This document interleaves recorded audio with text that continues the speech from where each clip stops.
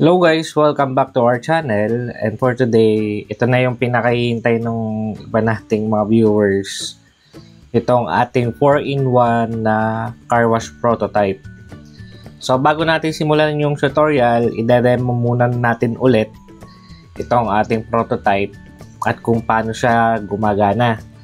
So itong 4-in-1 na car wash, reset muna natin itong ating Arduino board. Yan, 4-in-1 car wash prototype by LXHub. So, meron tayong apat na modes ito, apat. Ang una is yung normal na tap water, indicated by the red light. And sunod yung pressure wash natin na water din, indicated by the green light. And then, ang blue natin dito is yung ating sabon or yung soap. At yung ating last dito, yung orange, is yung ating blower. So kapag naghulog ako ng piso, nakaset kasi dito sa aking system ngayon is pag piso ang ating hinulog, meron tayo ditong indicator lights dito sa bandang huli, red, green, blue at orange din. Naiilaw kung ano yung services na available depende sa nahulog yung coins. For example, itong aking red na LED, kasi ang setup natin dito is itong mga LEDs na to, nakalagay ito dun sa button. So, malalaman ni user kung alin yung mga available services ng ating vendo machine. So, kapag pinindot natin itong unang button, nakatapat ng ating red, ang nakaset sa aking tap water is 10 seconds. Hindi na natin masyadong pinahaba since para mas madali lang yung ating tutorial. So kung makikita nyo, na-spend na yung ating credits na piso, and then hindi na yan mapipindot at kung ano man ang services. So kung alin lang yung merong ilaw dito, yun yung mga available na services. So halimbawa, naghulog naman tayo ng 5 piso, ma-avail nyo na lahat ng services na available dun sa ating car wash vendo. So, halimbawa, itatry natin itong pressure wash. Pipindutin lang natin yung second na button dito para ma-avail yung ating pressure wash. Kung makikita nyo dito sa ating LCD. So, habang nagana yung pressure wash, ang mangyayari sa kanya is hindi natin magagamit yung ibang function kasi ang ating car wash is pag nagana yung isang function, hindi na magagamit yung ibang function habang nagka-countdown. So, halimbawa, mag-try ulitan ng 5 piso.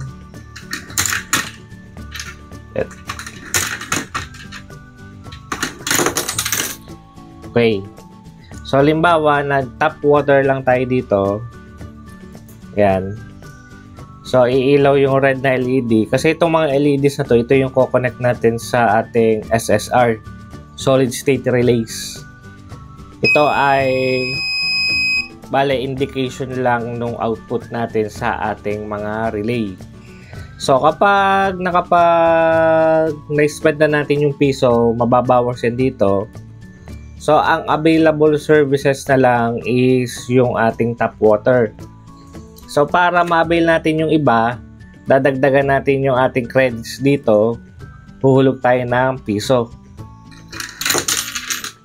So, kapag nga credits natin ay 5 pesos na, iilaw na lahat ng services, and then pwede na natin magamit yung services na yun. Halimbawa, yung soap. Pindutin na natin itong third button. So yan, yung total coins natin is balik sa 0 na kasi na-spend na siya. So halimbawa, 5 piso ulit. Yan. At nag-tap water tayo. Yan. Pero naghulog ulit tayo ng 5 piso. So So, automatic na mag-a-add habang nagka-countdown yung ating bendo machine. So, tuloy-tuloy lang ang operation niya. Kung gusto niyo maghulog dito, kahit hindi pa tapos yung services niya. And then, nare-recognize ng system natin na naghulog ng barya. Okay? Itong prototype na to is basic na basic lang. So, wala pa dito, halimbawa gusto mong i-stop na yung service na yun, halimbawa tapos ka na mag-pressure wash, tapos ka na magsabon, wala pa siyang stop button para dito. So, gagawan natin yun ng series of tutorial para ma-improve pa tong ating basic na prototype na to. So, guys, feel free na gamitin nyo itong ating code at saka ating connection. Ang mahihiling ko lang sa ating mga viewers is i-like itong ating video and subscribe to our channel para meron namang konting traction ng ating mga videos dito sa LX Hub. So, thank you in advance and tuloy na natin itong ating tutorial. Simulan natin dito sa ating diagram. Kung makikita nyo dito sa screen, meron ako ditong 12 volts power supply. Black is negative, blue is positive. Yan. And then, meron din tayong solid state relay. Ito yung LED natin dito. Ito. Yan. At itong LEDs na nasa mga buttons natin. Ito yung portion na to. Yung ating mga buttons naman, ito yan. Nakalatag 1, 2, 3, 4. So, touch switch ang ating mga ginamit. Meron tayong LCD dito. Itong LCD ginamit natin is 2004, 20 line, 4 lines and 20 characters. And then ito yung ating coin slot.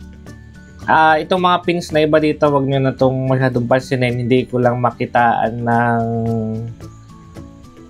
coin slot na item dito sa preaching natin.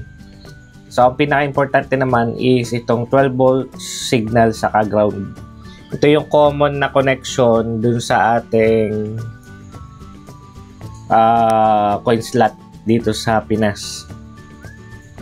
So, simulan natin dito sa ating 12 volts power supply. Itong ground, syempre naka-ground yan sa ating coin slot at naka-ground din sa ating Arduino Uno.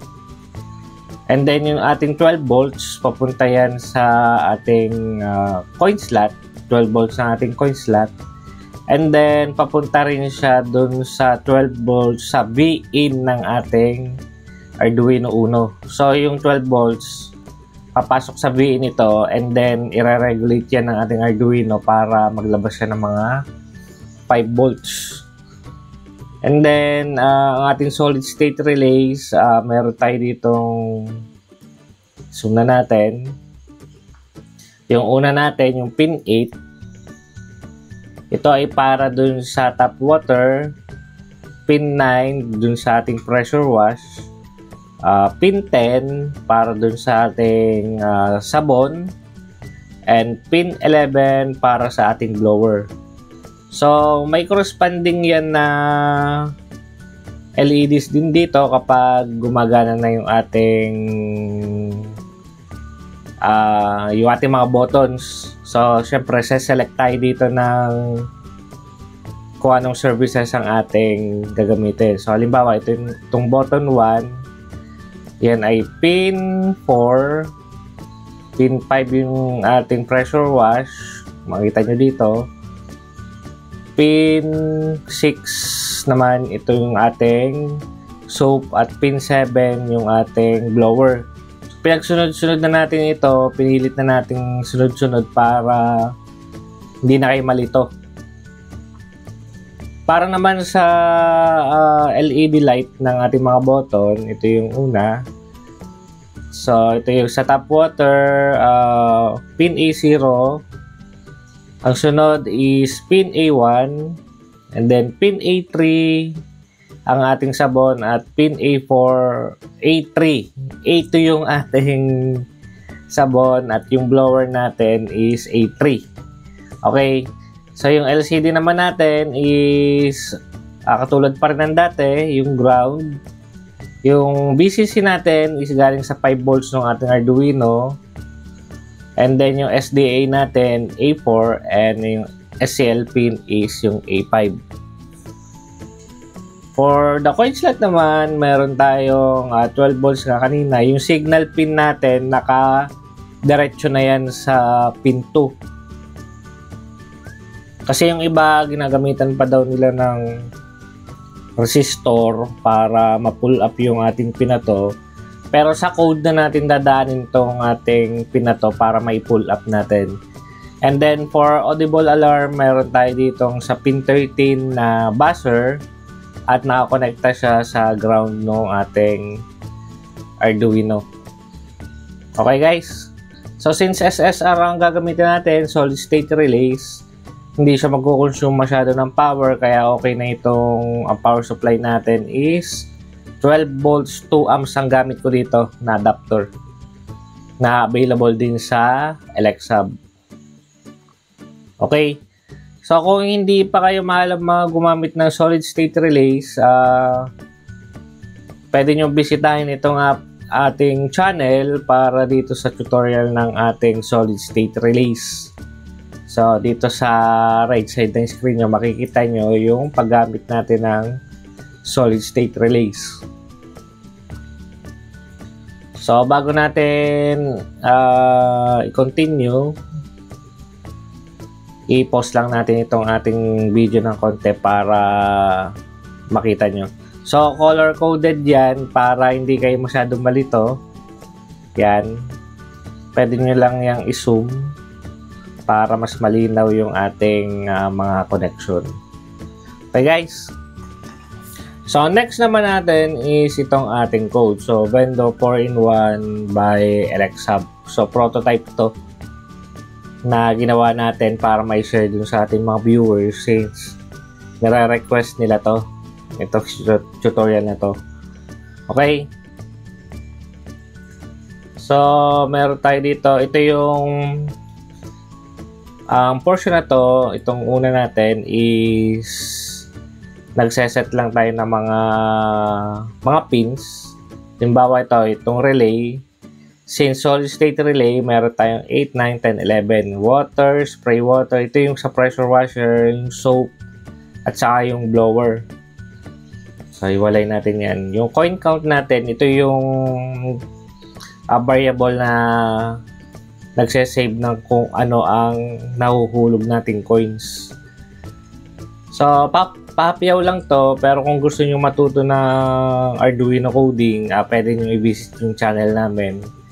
Meron kami yung step by step para maintindihan nyo ng mas maigi yung bawat part. So itong portion na to is yung coin required for each mode. Halimbawa yung coin water ko piso. Yung sa pressure washer 5 piso, sa soap 5 piso, and then sa blower 5 piso rin. Kung gusto nyong baguhin yung coin required, halimbawa ang ating sa soap gagawin natin 10 piso dapat, dito nyo lang siya babaguhin. Okay, so pwede natin itong i-try, upload natin dito sa ating Arduino. Okay, hindi ma-detect ang port, hindi pala siya nakasaksak. So saksak muna natin. Okay, so upload natin yung ating code, and then tingnan natin kung ma-avail natin yung soap. So 5 piso muna tayo. Yan, 5 piso. So kung makikita nyo dito sa ating mga LEDs, yung sa soap wala nakailaw kasi nire-required niyang coin is 10 pesos. So i-play natin. So yan, umilaw na yung sa ating pang soap na indicator. Okay? Ito namang time spray water, ito ay time na in seconds. So, yung ating soap, 5 seconds, water is 10 seconds, spray water is 10 seconds, and blower 10 seconds. Dito nyo babaguhin bale kung halimbawa ang inyong tap water gusto nyo ng 1 minute. Convert nyo lang yun sa seconds, so 60 seconds dapat ang ilalagay nyo dito. Kung ang inyong pressure washer is gusto nyo ring 1 minute or 30 seconds, dito nyo siya babaguhin. Corresponding na dito yung kung magkano nyo iseset yung inyong sub-endo machine. Okay? Itong button settings, ito ay to be continued natin dahil sa sunod na tutorial, lagyan natin ng konting settings para hindi kayo, pag magbabago kayo ng time at magbabago kayo ng coin required, ay hindi nyo laging i-upload itong code na to. Okay?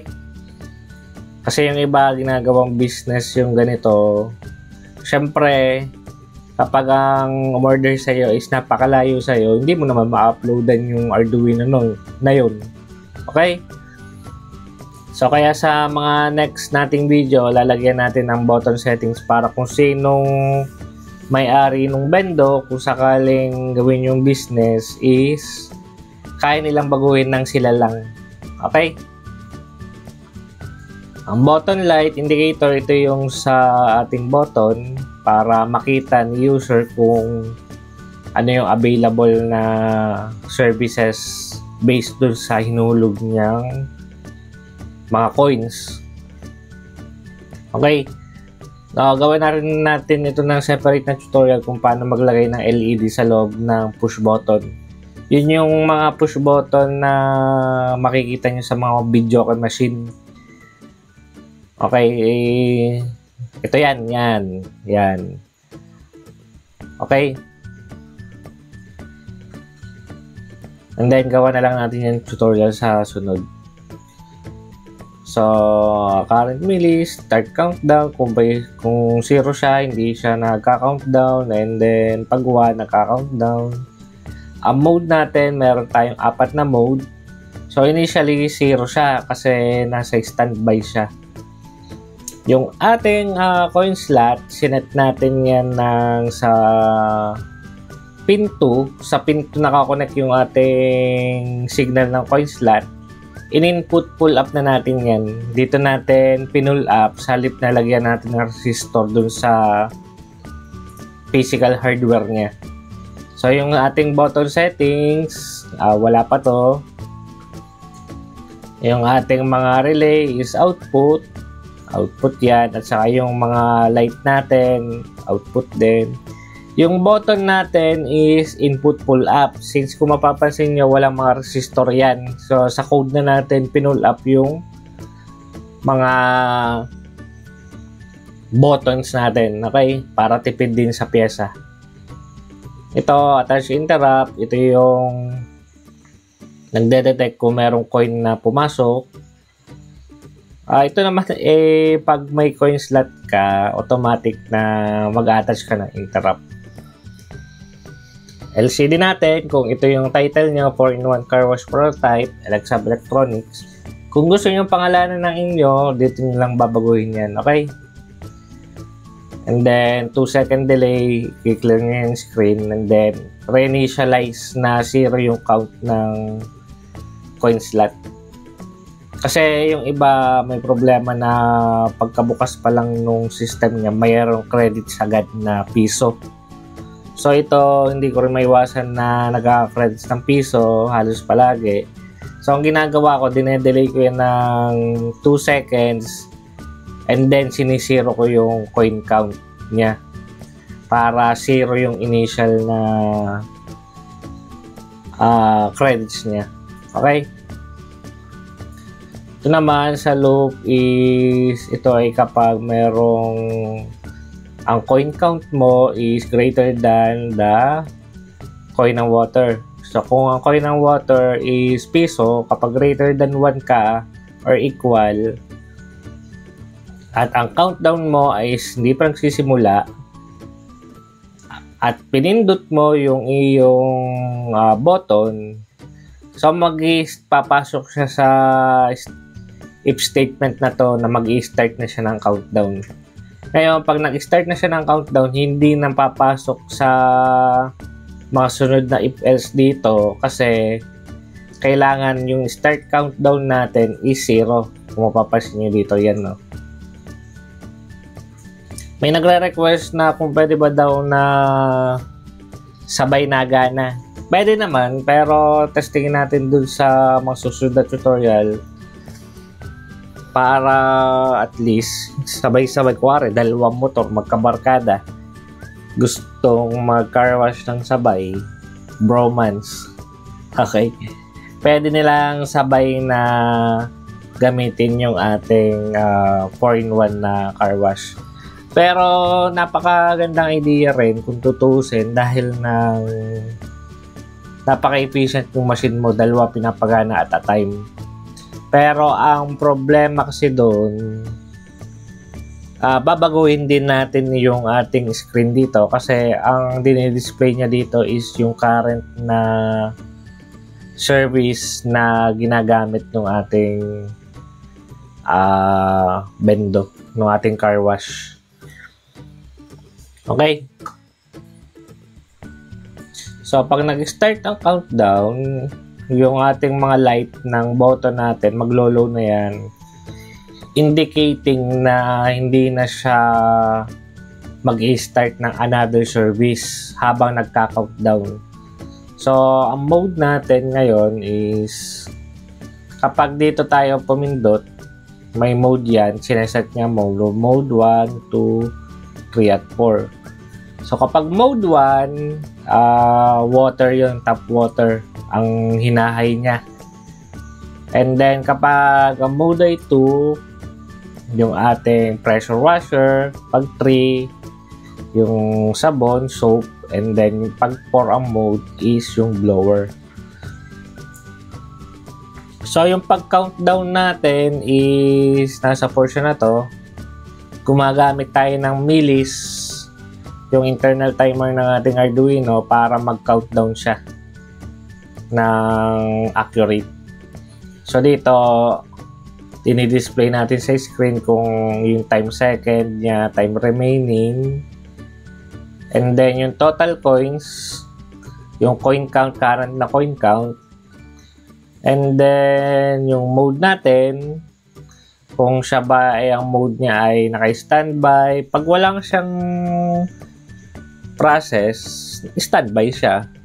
Ngayon, kapag yung case natin ng 1, case ay 1, yung mode natin is equals to 1, tap water yan. Pag 2, pressure wash. Pag 3, soap dispense. And 4, air blower. Okay? And then minus siya sa time remaining. Kapag less than 0 na yung ating time remaining, yung ating start countdown magsi-0 and then maglo-low lahat ng ating SSR. Okay? Magsasabi siya ng time's up and then magbabuzzer siya ng 2 seconds high and then maglo-low. Time remaining magiging 0. Ang mode natin balik sa standby. Ito naka-comment to kasi ito ay dapat inaalis ko na hindi ko pa inaalis. Pero ganyan pa rin siya. Okay, ito millis. Ano pa ba? If coin count is greater than coins per water, yan. Ito yung portion na iilaw yung mga LEDs. Kung ano yung mga available services, depende dun sa credits mo. Okay? Button settings. Ba to? Wala pa to. So, ito ay sa next tutorial na natin. I-comment ko muna dito para pag dindownload nyo yung code na to, hindi kasi ito magagamit din eh. And then, ito yung sa interrupt sa coin slot natin. Dito siya, kapag naghulog ka ng piso, pag plus plus, edi coin count equals to coin count plus 1. So, yun lang. Yun lang yung ating code, and kung may tanong kayo dito sa ating code, pwede nyo kaming message or comment mag-comment lang kayo dun sa comment section para medyo malinawan kayo. And then, kung may mga request kayo, pwede rin natin gawin yun. Depende kung kailan lalabas. And then, sana may natutunan kayo sa ating tutorial na ito. And I hope na ma-share nyo din ito sa iba para doon sa kanilang mga projects. Ito naman kasi ay ginagawa natin ng libre. Wala naman itong bayad, kaya ang hiling lang natin is to like and subscribe to our channel kung gagamitin nyo itong ating prototype na to. Okay guys, maraming salamat sa inyo, and then see you on the next tutorial.